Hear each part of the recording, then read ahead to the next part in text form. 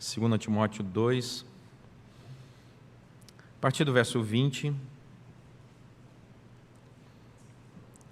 o texto diz assim: Ora, numa grande casa não há somente utensílios de ouro e de prata, há também de madeira e de barro, alguns para honra, outros, porém, para desonra.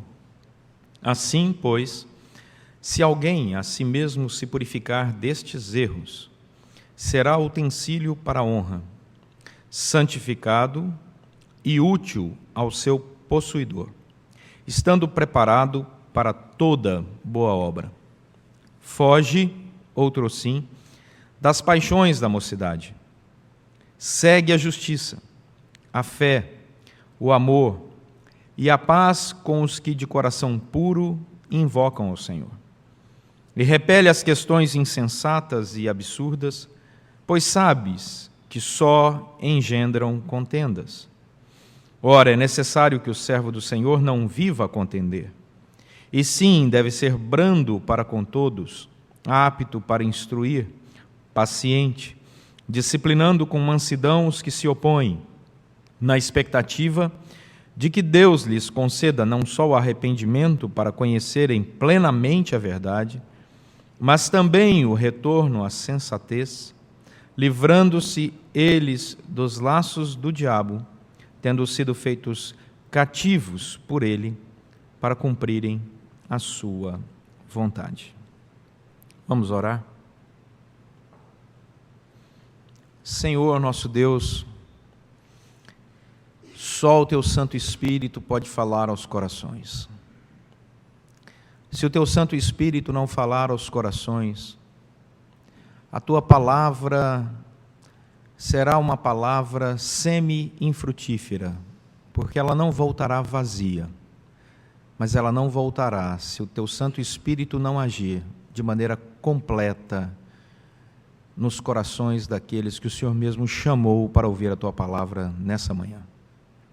Rogamos por todos nós que estamos aqui, por aqueles que estão nos assistindo pela internet, que o Senhor abençoe a cada um, que o Senhor nos conduza, que o Senhor nos dirija, que o Senhor traga à nossa memória aquilo que o Senhor deseja tratar e aos nossos corações a ação misericordiosa e consoladora do Teu Santo Espírito.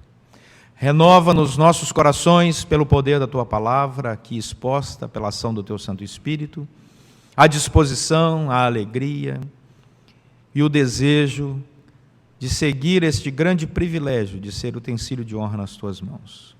Oramos em nome de Jesus Cristo. Amém. Muitas vezes nós perguntamos para as crianças: o que é que você quer ser quando crescer? Não sei quantos aqui já fizeram essa pergunta, mas com certeza quase todos, né? Você vê uma criancinha ali, o que você quer ser quando crescer? Se você perguntar para um menino, ele vai dizer bombeiro, né? Paraquedista, piloto de carro, alguma coisa assim, né? Policial, né? Ele tem sempre alguma coisa assim. A menina quer ser bailarina, né? E assim por diante. E se Deus quiser, serão essas as respostas, né? Bem claras, né? Bem evidentes. Mas aí, essa criança cresce e ela vira adolescente, jovem e chega às portas do vestibular. E elas vão ingressar na universidade. E aí você começa a perguntar: e aí? Que curso você quer fazer? E aí vem um monte de respostas, né? Geralmente, medicina, direito, engenharia, mas existem os outros que dizem web designer, né? E alguma coisa assim. Aí você acompanha e vê Deus agindo nessas vidas. Essas respostas são estanques, essas respostas pertencem a um tempo específico da nossa vida e elas passam. Mas existe uma pergunta que é crucial e diária na vida do cristão. E não importa se o cristão é uma criancinha de 4 anos de idade ou uma pessoa já com 90, com 100 anos de idade, não interessa a faixa etária. Essa pergunta, ela é crucial e repetida todos os dias, pela ação do Espírito Santo nos nossos corações. E a pergunta é simples: você quer ser um utensílio de honra ou desonra nas mãos do Senhor? Essa é a pergunta que todos os dias bate à nossa porta como cristãos. E a resposta a essa pergunta vai guiar a nossa agenda daquele dia, daquela semana, daquele ano. A resposta a essa pergunta vai determinar os nossos valores e a nossa visão sobre a vida. O que nós queremos ser? Utensílios de honra ou desonra na mão do Senhor? O apóstolo Paulo está escrevendo a um pastor, o apóstolo Paulo está escrevendo a uma igreja, o apóstolo Paulo não está falando para pessoas do mundo. O apóstolo Paulo, inspirado pelo Espírito Santo, está fazendo essa pergunta para a igreja. Portanto, Deus nos chama, nos coloca numa caminhada, Deus nos resgata do império das trevas, Deus nos chama para vivermos no seu amor, Deus nos chama para vivermos na beleza do seu evangelho, Deus nos dá o privilégio de experimentarmos a direção e a ação do Espírito Santo, mas Deus não nos violenta. Ele permite que esteja sobre a nossa disposição a agenda do utensílio de honra ou desonra. Isso pertence à área em que a teologia sistemática calvinista chama de livre agência do ser humano, daquele que foi resgatado pelo Senhor. O Senhor nos chama e diz: pronto, resgatei você, lavei seu coração, limpei seus olhos, e mesmo ainda pecadores, eu coloco diante de vocês agora a agenda que vocês podem escolher. Vocês podem escolher independente de qualquer pessoa. Ninguém vai decidir isto por você. Está nas suas mãos, é de sua competência única e exclusiva. Você pode ser um utensílio de desonra ou um utensílio de honra nas mãos do Senhor. O que você quer ser? E essa pergunta deve ser respondida individualmente por todo cristão. E é isso que Paulo diz. Paulo escreve essa carta num momento muito especial da vida dele. Paulo está preso. Paulo sabe que vai morrer. Paulo está preocupado com o futuro da igreja. E ele escreve isso claramente, olha o capítulo 4, versos 6 a 9, dizendo para Timóteo, para toda a liderança e para aquela igreja: eu sei que as coisas estão acontecendo rapidamente. Olha o que diz capítulo 4, verso 6. Quanto a mim, estou sendo já oferecido por libação, e o tempo da minha partida é chegado. Combati o bom combate, completei a carreira, guardei a fé. Já agora, a coroa da justiça me está guardada, a qual o Senhor, reto juiz, me dará naquele dia, e não somente a mim, mas também a todos quantos amam a sua vinda. Olha o que diz o versículo 9: procura vir ter comigo depressa. Ele sabe que o reloginho está contando, já está ali o cronômetro na contagem regressiva da sua vida. E eu pergunto para você, se você soubesse que a sua vida estava por um fio, você está condenado à morte, no corredor da morte por ordem do governo, e você fosse escrever uma carta importantíssima para pessoas importantes, o que você escreveria? Você escreveria aquilo que é básico, aquilo que é elementar, aquilo que é fundamental. Você não ia se perder em opiniões menores, você iria escrever algo realmente importante. Portanto, essa carta é importantíssima. Paulo faz um retrospecto da sua vida. Ele olha para trás, para o ambiente eclesiástico, para a vida que ele teve dentro da igreja. E ele diz: Timóteo, você vai assumir o pastorado mais efetivo ainda, porque eu estou indo embora. Timóteo, guarda o que eu vou te falar. Ele fala das suas tristezas. Essa carta é muito bonita. Olha o capítulo 1. Ele fala que ele abre o coração, né? Ele abre o coração, ele diz assim: Timóteo, versículo 15 do capítulo 1, você está ciente de que todos da Ásia me abandonaram. Dentre eles, eu vou citar o Fígelo e o Hermógenes. Ele começa a dar nome para as pessoas que o abandonaram. Ele diz, essas pessoas me abandonaram. Aí ele diz no versículo 16, mas teve gente que ficou comigo. Conceda o Senhor misericórdia à casa de Onesíforo, porque muitas vezes me deu ânimo e nunca se envergonhou das minhas algemas. Antes, tendo ele chegado a Roma, me procurou solicitamente até me encontrar. Essa era a alegria dele. Ele diz, olha, tem gente que me abandonou, mas teve gente que me acudiu. Capítulo 2, versos 16 e 17. Ele diz, olha, evita os falatórios inúteis, profanos, pois os que dele usam passarão a impiedade ainda maior. Além disso, a linguagem deles corrói como câncer. Verso 17 do capítulo 2. E entre eles se inclui Himeneu e Fileto. Eles se desviaram da verdade. Versículo 18. Ele está triste com isso, e ele está abrindo o coração e dando nome para as pessoas que o haviam abandonado dentro da igreja. Capítulo 4, verso 9. Ele fala, vem logo comigo, porque, versículo 10, capítulo 4, versículo 10 agora, Demas amou o presente século e me abandonou e foi para Tessalônica. Olha o versículo 14. Alexandre, o latoeiro, causou-me muitos males. O Senhor lhe dará a paga segundo as suas obras. Olha o versículo 16. Na minha defesa, ninguém foi a meu favor, antes, todos me abandonaram.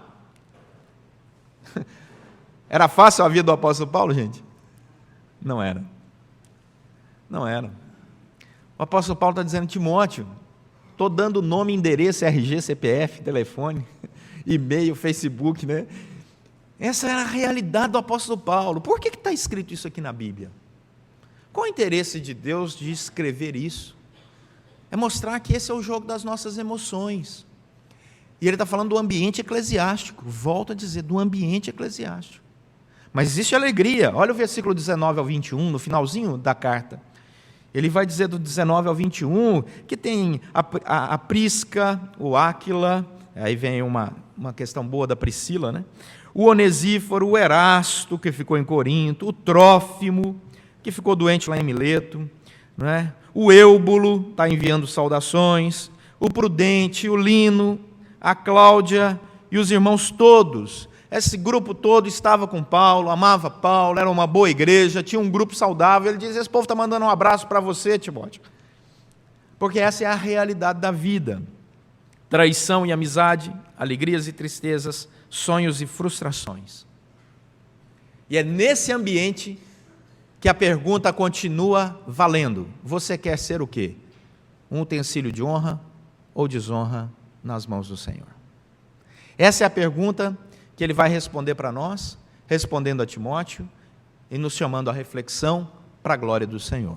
A primeira coisa que nós percebemos, volta lá para o nosso texto, capítulo 2, do verso 20 em diante, é que se nós quisermos ser um utensílio de honra nas mãos do Senhor, se nós quisermos ser um utensílio de honra nas mãos do Senhor, precisamos, em primeiro lugar, estar conscientes de que, mesmo sendo cristãos, ainda poderemos e iremos errar.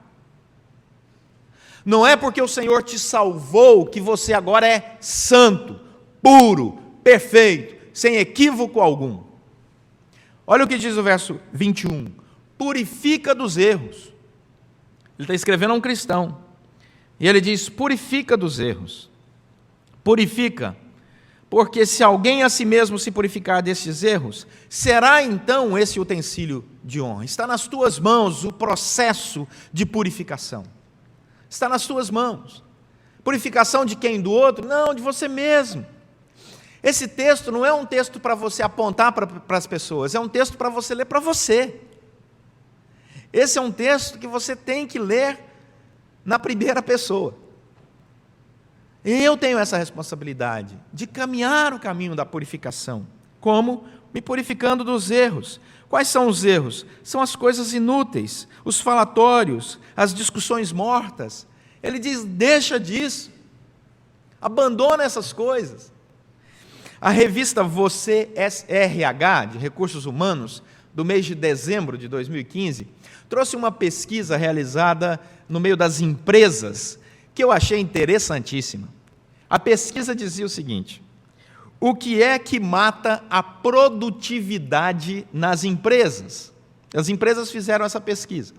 O que é que mata a produtividade, quando alguém deixa de ser utensílio de honra numa empresa? Primeiro problema, 52%. O que mata a produtividade dos empregados é o uso do celular. 52%. Não sei se vocês já chegaram em algum lugar para ser atendido e alguém estava pendurado no celular. 52%. Segundo lugar, o que mata a produtividade, segundo a pesquisa, internet. 44%. Quarto lugar, estou saltando o terceiro. Quarto lugar, 36%. Redes sociais. Redes sociais. Facebook, Instagram e por aí vai. WhatsApp, por aí vai. Já virou uma rede social o WhatsApp hoje. Né? Tem tanto grupo. Mas o que estaria em terceiro lugar? Qual seria a terceira coisa que mais mata a produtividade, mais até do que rede social? Dados da pesquisa, estou dando a fonte. Você, RH, dezembro de 2015, a pesquisa está lá, página, se não me engano, 66. Adivinhe? Fofoca. Fofoca. O apóstolo Paulo disse para Timóteo, há 2000 anos atrás, foge dos falatórios inúteis. 2000 anos atrás. E ele está dizendo isso dentro do ambiente eclesiástico. Portanto, depois de evitar essas coisas, nós precisamos apontar para 3 caminhos, 3 atitudes que são decisivas, segundo Paulo, para Timóteo, para cada um de nós que queremos ser utensílios de honra nas mãos do Senhor. Versículo 22. A primeira atitude, ao purificar dos erros, ter consciência de que somos pecadores, mesmo ainda que resgatados pelo Senhor, temos que evitar os erros, é a disposição de fugir. Olha o que diz o verso 22. Foge outrossim das paixões da mocidade. Foge, a palavra foge é epitimia. Fugir dessas paixões, né? Desculpe, a palavra foge, a palavra felguê, é felguê, epitimia, né? Foge das paixões. E a palavra epitimia, paixões, é a palavra usada por João para concupiscência, em 1 João capítulo 2, verso 17. Então essa paixão é a concupiscência. O que é concupiscência? É o desejo desenfreado, é o desejo de realizar alguma coisa sem a menor prudência, é quando você atropela as coisas, é quando você derruba as coisas estabanadamente. E ele diz, foge dessas paixões, desses arrombos, que são da mocidade, mas que quem tem 50, 60, 70, 80 anos, vai perceber que elas continuam presentes na sua vida. Sabe por quê? Porque existe uma coisa muito interessante. O corpo envelhece, mas as paixões não. O corpo pode envelhecer, mas as paixões não. Existem pessoas que estão com uma idade mais avançada que cometem os mesmos equívocos desenfreados da epitimia, da concupiscência, do que da mesma coisa que um adolescente de 12, 13, 14 anos de idade. Ou vocês nunca viram alguém na casa dos 60, 70 anos querendo voltar a ser adolescente? Isso é muito natural. A palavra do Senhor diz assim, foge desse sentimento, amadurece o seu coração, foge da epitimia. E a palavra fugir aqui é uma ação contínua, é um hábito de vida, significa buscar segurança ao correr. Todas as vezes que essa palavra felguê aparece no grego, no Novo Testamento, ela significa alguém que fugiu sabendo que a fuga lhe daria segurança. O Dr. John Stott, ao comentar o significado da palavra fugir aqui, ele diz que essa palavra é aplicada ao mesmo sentimento que Moisés teve quando ele fugiu da ira de Faraó, quando José e Maria fugiram de Herodes levando o menino Jesus. é o mesmo verbo usado para fugas físicas ou espirituais. Todos os cristãos, diz o Dr. John Stott, recebem a ordem de fugir da idolatria, da imoralidade, do espírito materialista, do amor ao dinheiro e aqui das paixões da mocidade. Não se pode negociar com o perigo. Foge. Quando eu fui morar fora de casa, ainda muito jovem, fui morar em outra cidade para estudar, eu me lembro bem de um conselho que meu pai me deu. Meu pai falou: filho, você vai morar fora, numa outra cidade, sozinho. Eu vou te dar um conselho. Quando você vira uma briga de um lugar, vai para outro. Se você ver uma confusão na esquina, vai para outro lugar. Não tenha a curiosidade de ir ver que confusão é aquela. Foge. Foge. Quantas pessoas se ferem em tumultos por causa da curiosidade? Vejam na televisão. Quantas pessoas chegam lá perto para ver? A palavra do Senhor diz: foge. É a segurança de quem sabe que o caminho é não estar perto.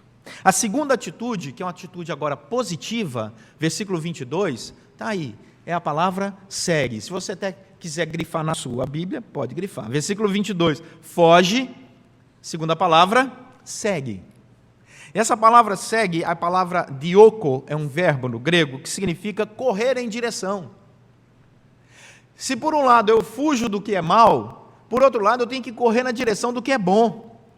Eu tenho que perseguir, eu tenho que estar no encalço. Era essa a palavra usada. Essa palavra é usada várias vezes no Novo Testamento.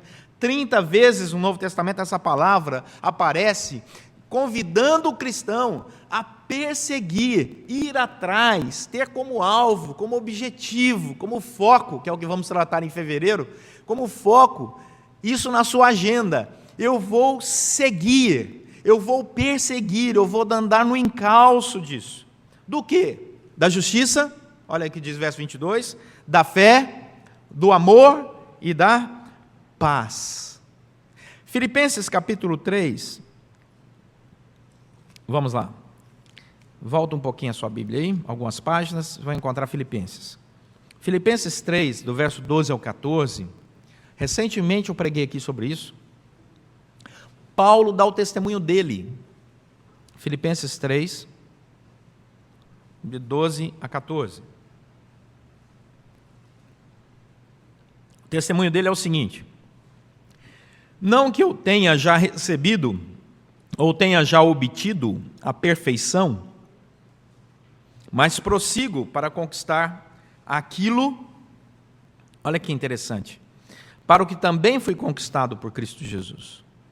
Irmãos, quanto a mim, não julgo havê-lo alcançado, mas uma coisa eu faço, esquecendo-me das coisas que para trás ficam e avançando para as que diante de mim estão, prossigo para o alvo, para o prêmio da soberana vocação de Deus em Cristo Jesus. Pode voltar lá para Timóteo. Interessante o apóstolo Paulo. Deixo para trás, tenho como alvo, como objetivo e vou buscar aquilo que o Senhor me chamou para ser.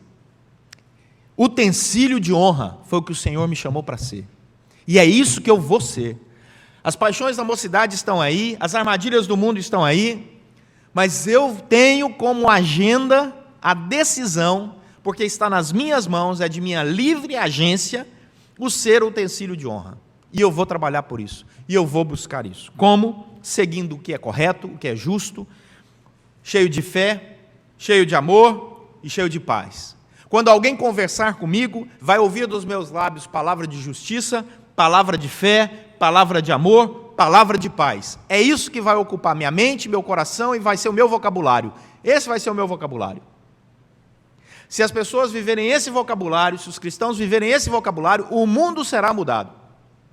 Essa é a palavra do Senhor. E sabe onde é que a gente vive isso? Olha que interessante, existe uma coisa muito especial nesse texto que fica meio escondido no verso 22 de 2 Timóteo 2. Ele diz assim: segue a justiça, a fé, o amor, a paz com os que? Com os que? de coração puro, invocam o Senhor. O cristão que for buscar justiça, amor, fé, esperança, paz lá fora, está indo contra a orientação da palavra. Tem cristão que diz assim, eu me decepcionei com a igreja, aí eu fui atrás de um grupo aí social, ideológico, ecológico, eles não são nem crentes, mas eu me uni a eles, porque eles têm um discurso de justiça, né, de paz, de amor.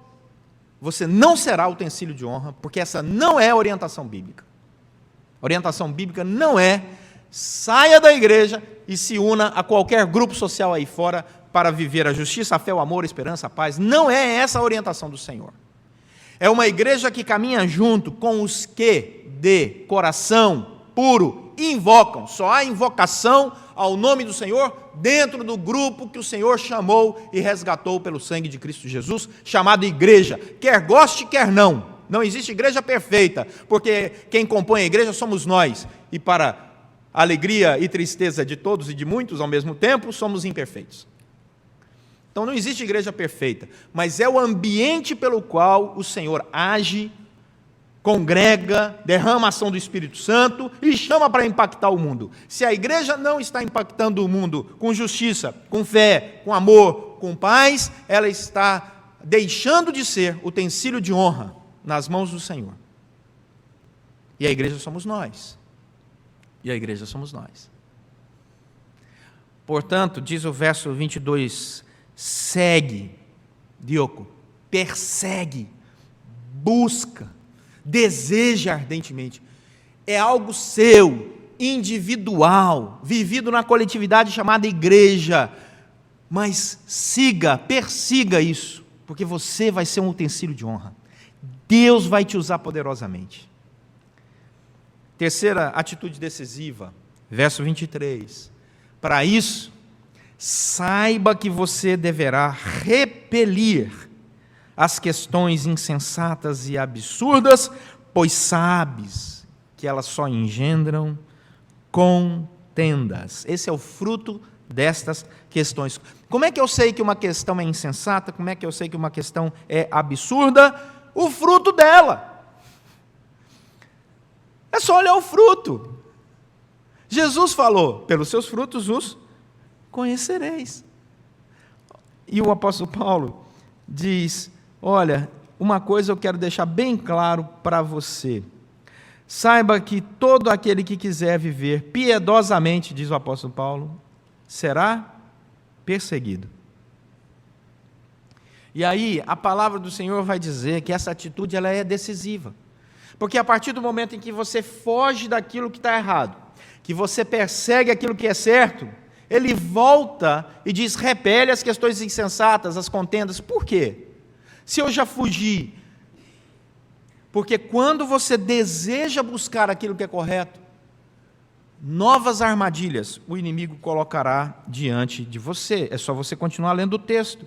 Olha o que diz a palavra do Senhor. Ele vai dizer que o Senhor vai dar a ele, o apóstolo Paulo, do verso 24 e verso 25, a responsabilidade de guiar o povo. E o desejo dele, verso 26, é que estas pessoas que compunham a igreja retornassem à sensatez. Quer dizer, um dia eles já foram sensatos. Ele está dizendo, agora eles perderam a sensatez, perderam o senso. O desejo é que eles voltem à sensatez. Novamente, a ênfase no fato de que Paulo está escrevendo a cristãos. Livrando eles do quê? Dos laços, o que diz o verso 26? Do diabo. O que o apóstolo Paulo está dizendo? Que existe um inimigo dentro do nosso coração, que é a nossa própria carne, os laços da carne, mas também existem os laços espirituais, que são colocados pelo próprio diabo. E que cristãos caem em laços diabólicos. O cristão peca por causa da carne, o desejo dele, epitimia. O cristão peca por causa do mundo, porque o mundo está sempre oferecendo o pecado, não é? Mas o cristão também peca quando cai no laço do diabo. Cristão não é possuído pelo demônio, mas pode cair no laço do diabo. Pode ser preso na armadilha do inimigo. E o resultado, é claro, os frutos. Quando é que eu sei que um cristão caiu no laço do diabo? Olha os frutos. A vida dele agora está cheia de inimizade, contenda, insensatez, abandona a vida da igreja, deixa de produzir frutos para a glória do Senhor, deixa de ser vaso de honra e passa a ser desonra. Então você tem vasos de honra, que já foram vasos de honra, mas que na agenda diária caíram nos laços do diabo, do mundo, da sua própria carne, das epitemias, e passaram a ser vaso de desonra. Mas aí a palavra do Senhor tem uma solução. A palavra, o apóstolo Paulo diz que ao ouvir o evangelho, eles se arrependem e voltam ao primeiro amor. E essa é a maravilha, porque a pergunta continua martelando a nossa mente o tempo todo. O que você quer ser? O que você quer ser? O que você quer ser? Todos os dias. E o Espírito Santo vai incomodando, incomodando, incomodando. E aí a palavra diz: purifique-se, foge, segue, repele, se tu uma bênção. Porque Jesus Cristo pagou alto preço na cruz, derramou o seu sangue, ressuscitou ao terceiro dia, para que o cristão fosse utensílio de honra, para que a igreja fosse a unidade daqueles que desejam ser utensílio de honra, daqueles que se dispõem a ser utensílio de honra, daqueles que o Espírito Santo capacita, porque a partir do momento em que você entra na presença do Senhor, você busca o Senhor, você se dispõe ao Senhor, você ora, você lê a palavra, você anda na comunidade dos santos, e aqui nesse ambiente você perdoa e é perdoado, você ajuda e é ajudado. A partir do momento em que você vive essa realidade, Deus vai te abençoando, Deus vai abrindo portas, Deus vai te dando a palavra certa, o pensamento certo, o coração certo, porque Jesus Cristo disse: eis que estou convosco todos os dias até a consumação dos séculos. E você começa a colocar a cabeça no travesseiro e vê os frutos de glória, de justiça, de bênção, de paz, e você vê que a fofoca não faz parte da sua família, que a insensatez não faz parte da sua agenda, e você sabe que isso é bênção, que isso é graça, que isso é misericórdia, que o Senhor vai derramando sobre você a capacitação que vem do Espírito Santo, e nessa intimidade do Espírito Santo, você se percebe utensílio de honra, não para a sua própria glória, mas para a glória de Deus. Amém? Esse é o projeto do Senhor. E a pergunta que todos os dias o Espírito Santo faz ao nosso coração: o que você quer ser?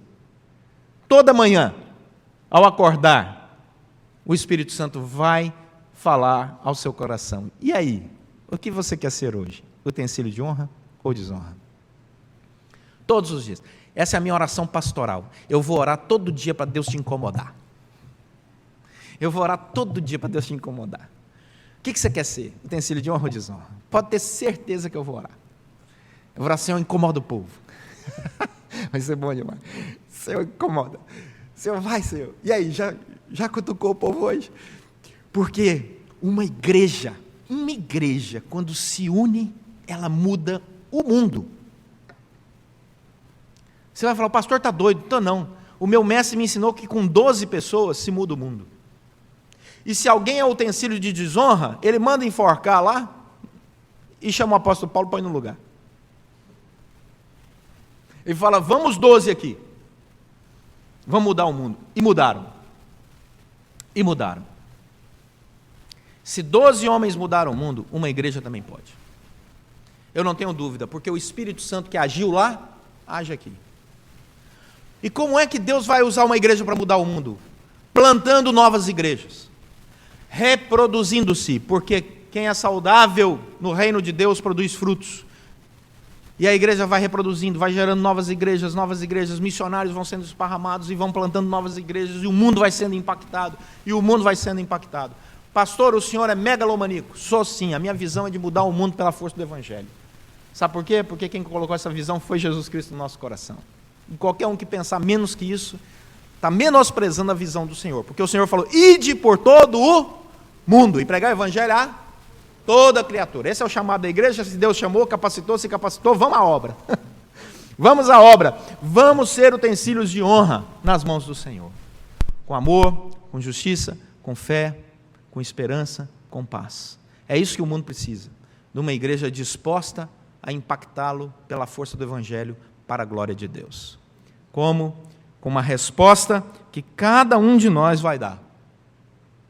O que você quer ser hoje? O que você quer ser hoje? A resposta correta? Utensílio de honra. Nas mãos de quem? Do Senhor. Para a glória de quem? Do Senhor. Somos perfeitos? Não. Mas fomos chamados para buscar essa perfeição. Alcançaremos a perfeição aqui na terra? Não. Mas nós fomos chamados. E se o Senhor chamou e capacitou, vamos buscar isso. Ser um utensílio de honra para a glória do Senhor. Que Deus nos abençoe. Vamos orar.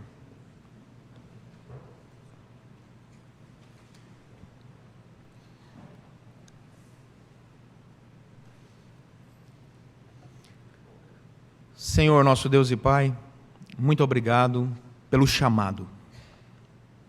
Muito obrigado pelo propósito. Muito obrigado porque nossa vida tem chamado e tem propósito. Muito obrigado porque isso é para todos os cristãos. Muito obrigado porque o Senhor nos capacita nessa caminhada. Em nome de Jesus Cristo, faça de cada um de nós aqui utensílios de honra nas tuas mãos para a tua glória. Ensina-nos, Senhor, a fugir daquilo que está errado, a perseguir, desejar aquilo que é correto e a repelir aqueles laços que podem nos atrapalhar nessa caminhada. Abençoa-nos, Senhor. Nós queremos ser utensílios de honra nas tuas mãos para a tua glória. Ajuda-nos, Senhor. Abre os nossos olhos, coloca nos nossos lábios as palavras certas, no nosso coração os sentimentos certos. Capacita-nos pelo teu Santo Espírito, para que todos que conviverem conosco possam perceber a maravilha da intimidade com o Senhor, para a glória do Senhor, e todos possam desejar fazer parte deste grande projeto que o Senhor chamou a tua igreja. Nós oramos pedindo a tua bênção sobre nós, sobre cada família, agradecidos pela tua obra por nós, em Cristo Jesus, e em nome dele oramos.